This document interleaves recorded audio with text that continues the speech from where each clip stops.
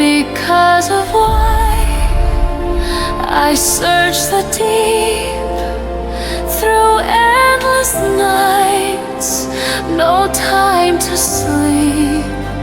The call inside I can't deny. I'll find the light because of why. So, how does a tiny desert nation, seriously, it's smaller than Connecticut, become one of the absolute wealthiest places on the entire planet? Well, that's the wild story of Qatar, a country that basically remade itself in a single generation. Today, we're going to deep dive into exactly how they pulled it off. And it's just wild to think that, just a few decades back, before all the energy money started flowing, Qatar's biggest industry was pearl diving. Yeah. So this jump from a quiet coastal town to the futuristic skyline you see in Doha, it's got to be one of the most insane national transformations in modern history. And the results? Well, they're just mind-boggling. We're talking about being the fourth richest country in the world per person when you factor in the cost of living. To put that plainly, the average economic output for each citizen is higher than almost anywhere else on Earth. It's just a staggering amount of wealth. Which, of course, brings us back to that huge question. How? How did this happen? What was the secret sauce that fueled this insane rise to the top? Well, it's a story with a few key parts, and trust me, the first one isn't what most people think. All right, let's get right into the real fuel behind this engine. Because when you think of rich Gulf states, your brain probably jumps straight to oil, right? For Qatar, though, that's not the whole picture. It's not even the main picture. Yeah, sure, they've got some oil, but the real engine, the thing that created this economic miracle, is something else entirely. It's all about natural gas. It is the absolute foundation of their entire economy. We're talking the source of most of their export money and pretty much all of their government's cash. But there was a huge catch. Natural gas in its, gaseous state is super hard to ship across oceans. So the key that unlocked everything for Qatar was mastering a total game-changing technology, liquefied natural gas, or LNG. By supercooling the gas down to a liquid, its volume shrinks like crazy. We're talking 600 times smaller. All of a sudden, they could load it onto ships and send it anywhere in the world. They turned a local resource into a global powerhouse. And once they committed, things happen incredibly fast. Get this. The world's biggest natural gas field was found off their coast way back in '71. But for decades, it just sat there. Then, boom, 1995. A new leader comes in and basically says, we're going all in on this, right now. Just 1 year later, in 1996, the first tanker full of LNG sailed out and the money started pouring in like a tidal wave. Okay, so you've got this massive resource and the tech to sell it to the whole world. That's huge. But that alone doesn't quite explain the mind-blowing level of wealth we're talking about. There's a second piece to this puzzle, a kind of wealth amplifier. And here's the secret. It really boils down to a super simple but incredibly powerful formula. You take all that cash from this gigantic gas field and you divide it by a tiny native population. What you get is just an extreme, almost unbelievable amount of wealth for every single citizen. And listen, when we say a tiny population, we really mean it. The country has about 3 million people living in it, sure, but most of them are expat workers. The number of actual Qatari citizens, it's estimated to be only around 360,000 people.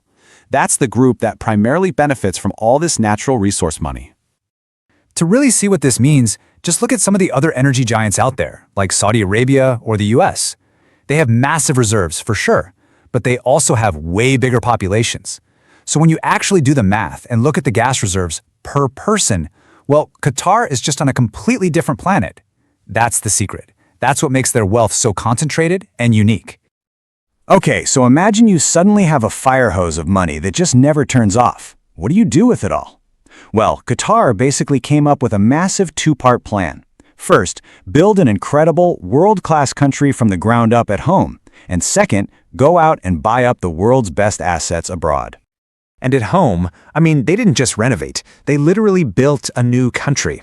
The amount they spent on just infrastructure in the 10 years before the 2022 World Cup, over $200 billion. That's not just fixing roads, that's building whole new futuristic cities, a world-class airport, a brand new metro system, and yeah, all those jaw-dropping stadiums. Now, it's really important to talk about how all this got built so fast. This incredible transformation depended on a huge number of migrant workers. And, there have been many reports from human rights groups and journalists about the really tough, often dangerous conditions these workers faced. It's a really critical and, frankly, controversial side of Qatar's story. All right, so part 2 of the plan. Take that gas money and turn it into assets that will last forever. They did this through their massive sovereign wealth fund, the Qatar Investment Authority, which basically went on one of the biggest global shopping sprees in history. And this wasn't just for bragging rights. It was a super smart, strategic plan to make sure they'd have money coming in long after the gas boom.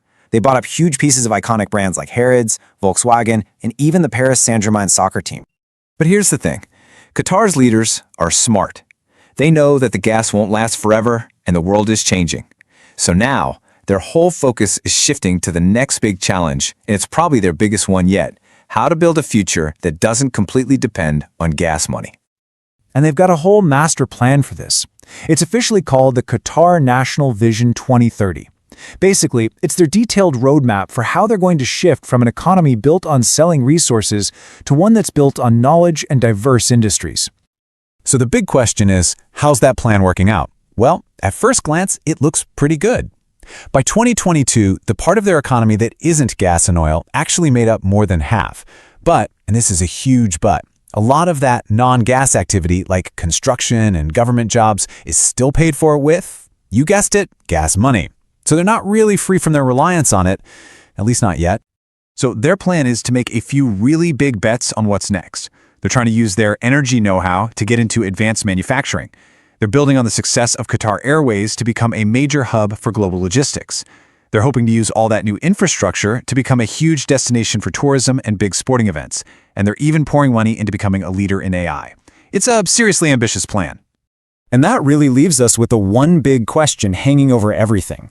They absolutely nailed the first part of their plan, turning natural gas into unimaginable wealth and global power. But the real test, the final exam, is whether they can now turn that power into a future that doesn't need the gas at all. And that future is full of massive challenges, right? Is the biggest one building a real private sector that can stand on its own 2 feet? Or is it dealing with the whole world shifting away from fossil fuels? We really want to hear what you think.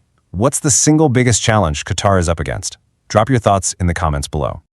Hey, if you found this breakdown interesting, do us a huge favor and hit that like button and subscribe. It really helps us make more deep dives just like this one. Thanks so much for watching. We'll catch you in the next one.